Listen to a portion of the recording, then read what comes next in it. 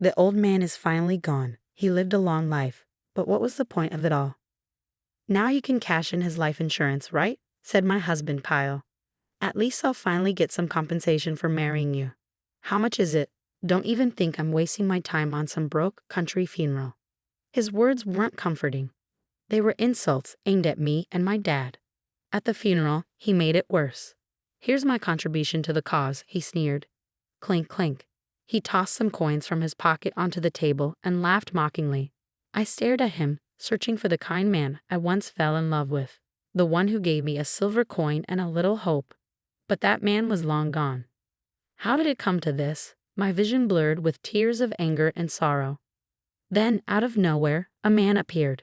His presence marked the beginning of what would change everything. I was 35, working at a candy factory. Kyle and I had met years earlier when we worked at the same place. Back then, I was fresh out of college and struggling with my new job. I couldn't seem to get anything right. Everyone else seemed to know what they were doing, but I kept messing up. I thought it was just little mistakes at first, but it kept happening. Since we worked alone, no one helped me and I had no idea how to fix things. Every time I failed, my team had to pick up the slack. Their frustration felt like a heavy weight, and it was crushing me. One day, I couldn't take it anymore. I hid in the break room, crying. That's when Kyle walked in. "What's wrong?" "Want to talk about it?" he asked. Through my tears, I told him about my mistakes. "Thanks for listening," I said, embarrassed. "I messed up again today." Kyle was 2 years older than me and had been working there for a while.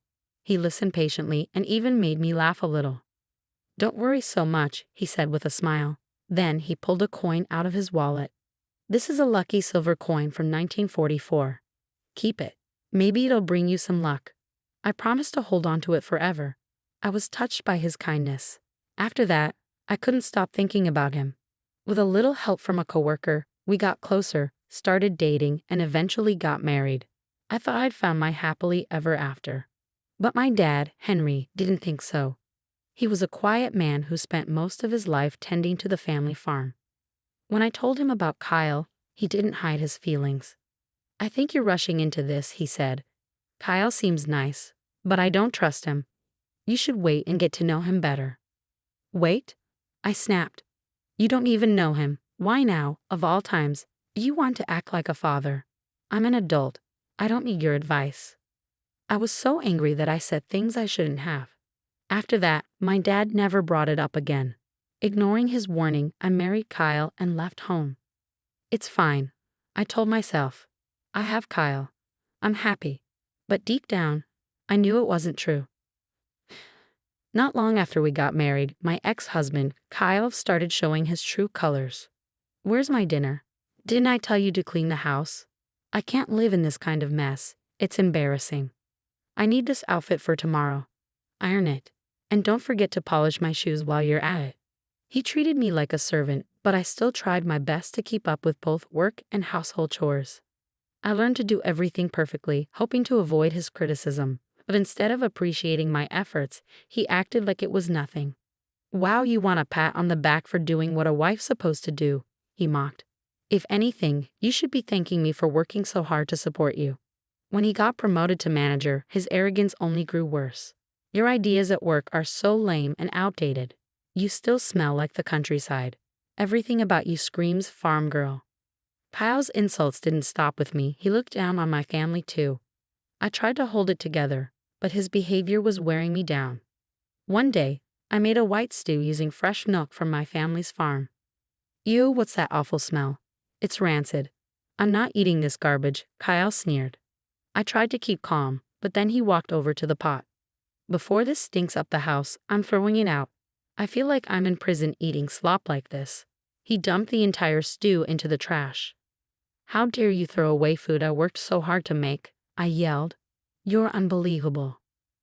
Kyle just laughed. "Blah, blah, blah. You're so boring and pathetic. You're nothing but dead weight." Then he finally admitted the truth. "You want to know why I married you? I figured a desperate 35-year-old woman like you would have saved up a lot of money. I thought it was a good deal. You were lonely, and I'd get the cash." I stared at him stunned. It hit me. His reluctance to marry me right away wasn't caution.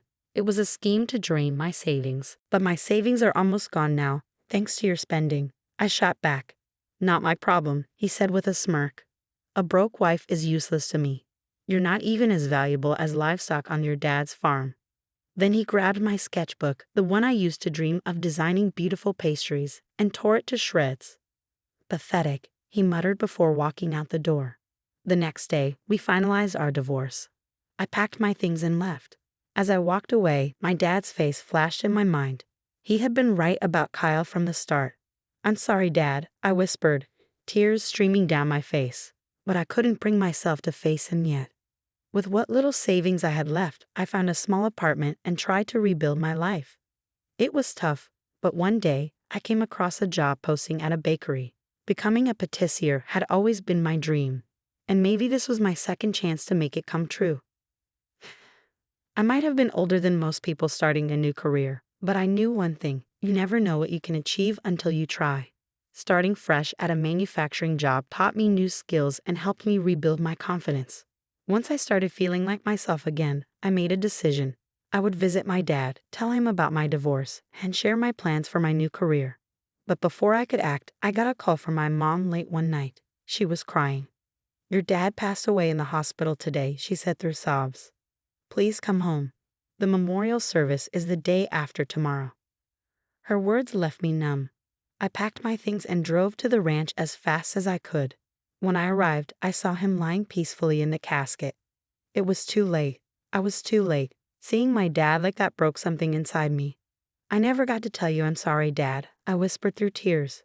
"I didn't tell you about my divorce. I didn't come back sooner. I'm so sorry." That night, I cried into my pillow until there were no tears left. 2 days later, we held the memorial service at the ranch. I was still reeling from grief, feeling like a ghost of myself. Then, out of nowhere, my ex-husband, Kyle, showed up. "How did you even know about this?" I asked, confused. "A mutual friend told me," he said casually. At first, I thought maybe he was there to pay his respects, but I should have known better. "So when are you getting your inheritance?" he asked, a smirk creeping onto his face. "You owe me for all the time I spent taking care of you. Honestly, I've been waiting for this old man to kick the bucket.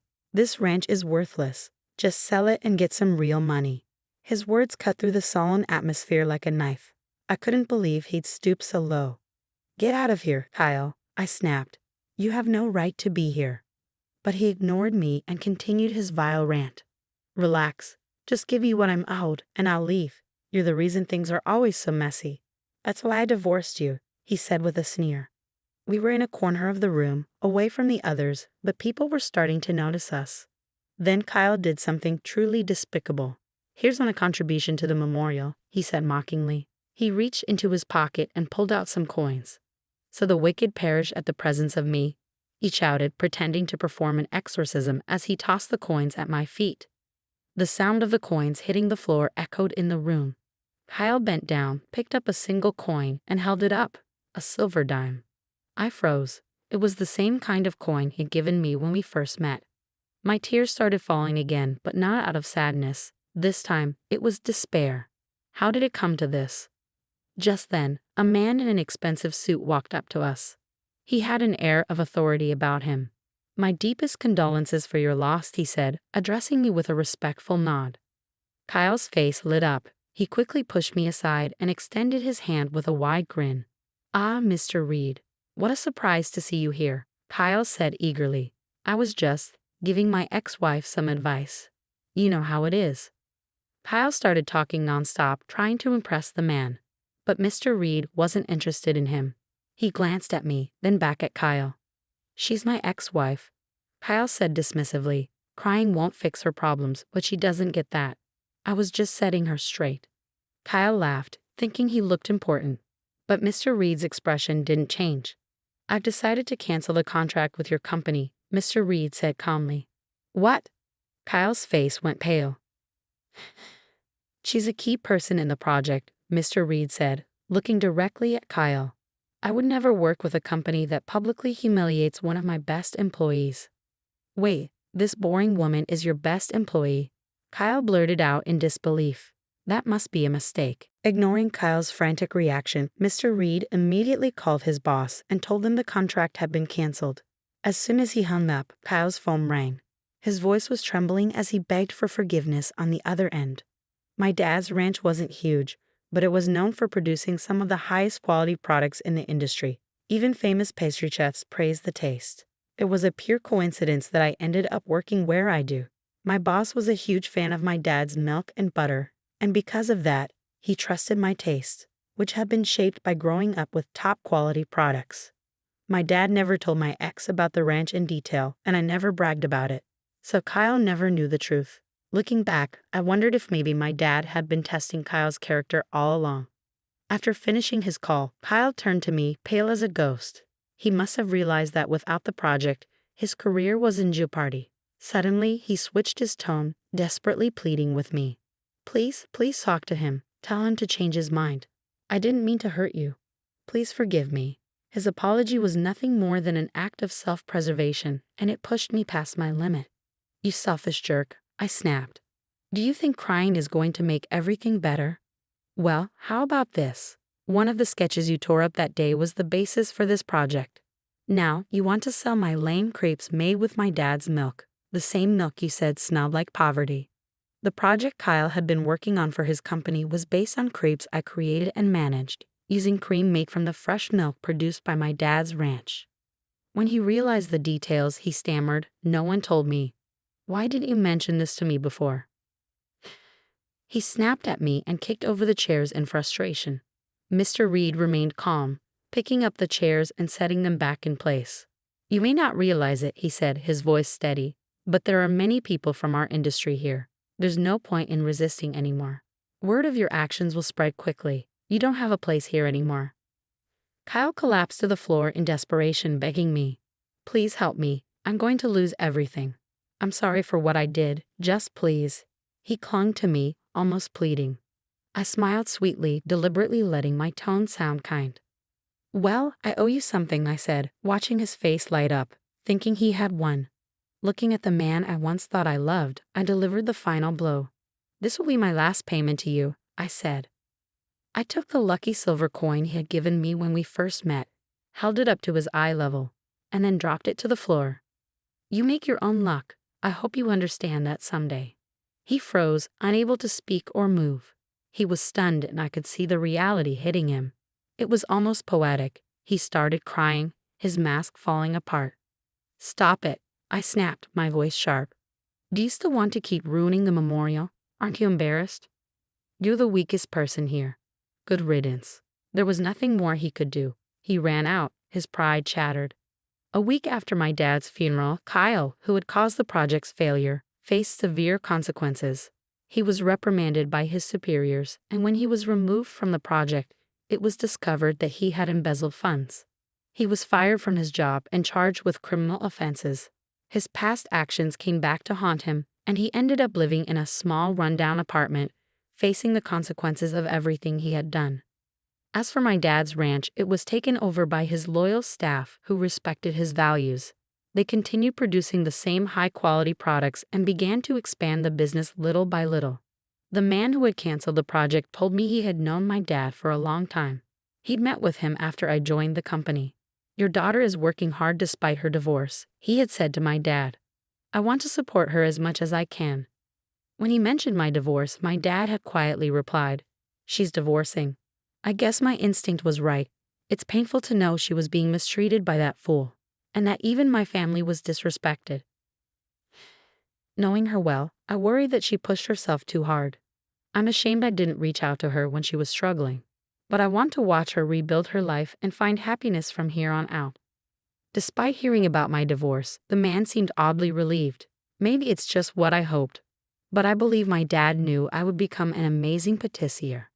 I know I'm asking a lot, but please take care of my daughter, my dad had said, holding the man's hand tightly, as if to make sure he understood. As I listened to the story, tears filled my eyes. I finally understood how much my dad believed in me, and it made me feel deeply grateful. For so long, I had hated myself for being so miserable, for crying in front of my ex. But now, I felt like I could finally move forward and build a life of my own. I'm sorry, Dad, for not being there with you in your final moments. Life has been tough, but I'm better now. I'm living fully now, learning to be a patissier. I'll use all the wonderful products you worked so hard to protect. Please watch over me from heaven. I love you so much.